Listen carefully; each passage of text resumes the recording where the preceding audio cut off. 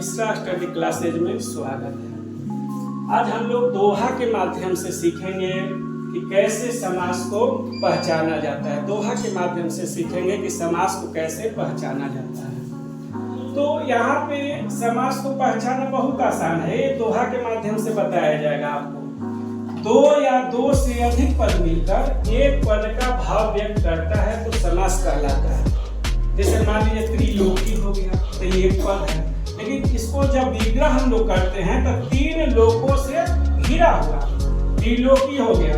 तो अब ये तो मान लीजिए विग्रह हो गया, लेकिन दोहा यहाँ पे लिखा हुआ है। दोहा के द्वारा आपको बताएंगे कि समास कैसे जानिएगा, समास कितने प्रकार का हो गया, समास को कैसे पहचानेंगे हम लोग। विभक्ति छुपे तत्पुरुष कहावे, विभक्ति छुपे तत्पुरुष कहावे।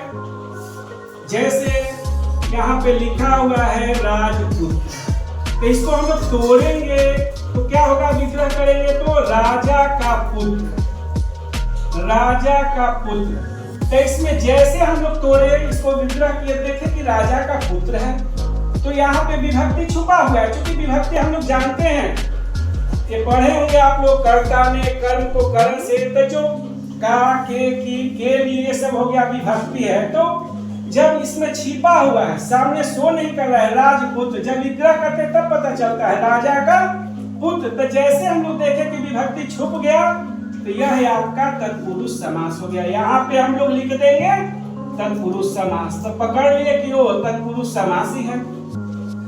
और छुपे तद्वंद, और छुपे तद्वंद, तो इसको तोड़िएगा। जैसे राम लक्ष्मण, राम लक्ष्मण, तो यहाँ पे इसको तोड़ते हैं हम लोग, इसमें और छुपा हुआ है। इसको जब विग्रह करते हैं तो राम और लक्ष्मण, राम और लक्ष्मण, जैसे विग्रह किए इसमें और छुपा हुआ है।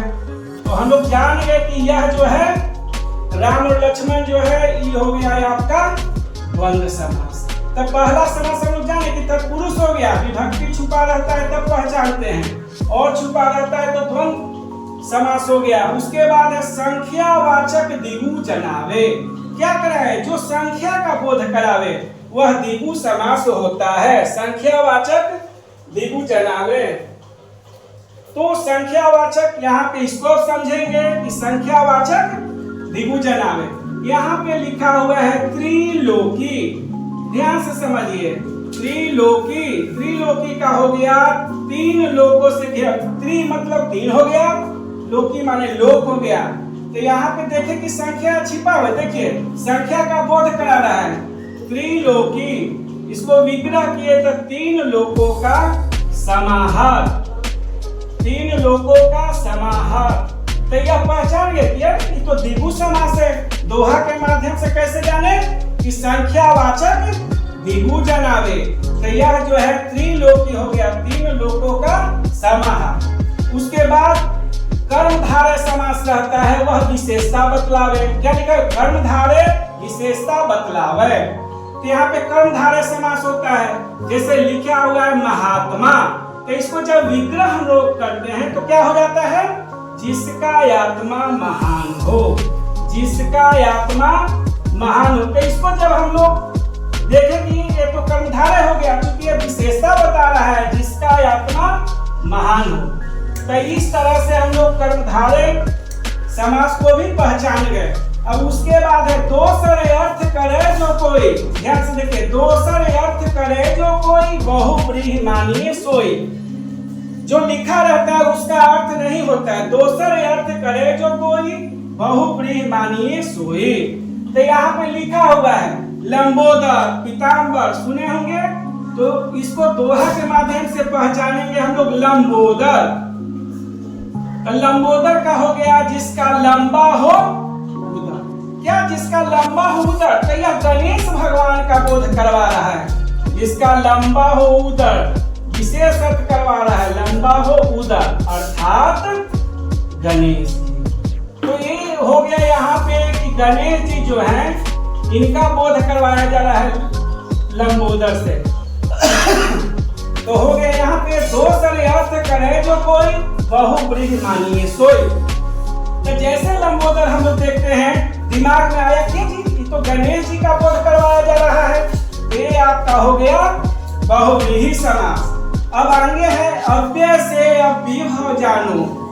अव्यय हम लोग जानते हैं जिस पर किसी लिंग वचन का कोई प्रभाव नहीं पड़ता है, तो यह आपका अव्ययभाव समास होगा। जैसे यथाशक्ति, यहाँ पे हम लोग लिखे यथाशक्ति, तो इसको यथा से जाने, यथा किसी के साथ लगाइएगा, इसका लिंग वचन से कोई असर नहीं पड़ता है।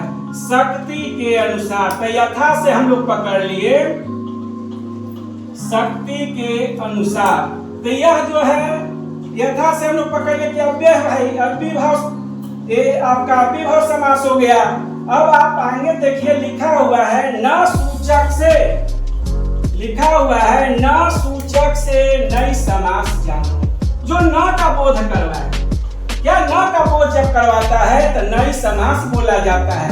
न का बोध करवाएगा, जैसे यहाँ पे लिखे हम लोग अन्याय, अन्याय जब लिखा हुआ है आपका अन्याय, अन्याय को जब हम लोग तोड़ रहे हैं तो क्या हो रहा है न न्याय। तो यह जो है यहाँ पे न न्याय हो गया, तो यह बोध करवाया न सूचक का, माने न्याय नहीं हो रहा है, न सूचक। तो जब न सूचक हो गया तो नई समास।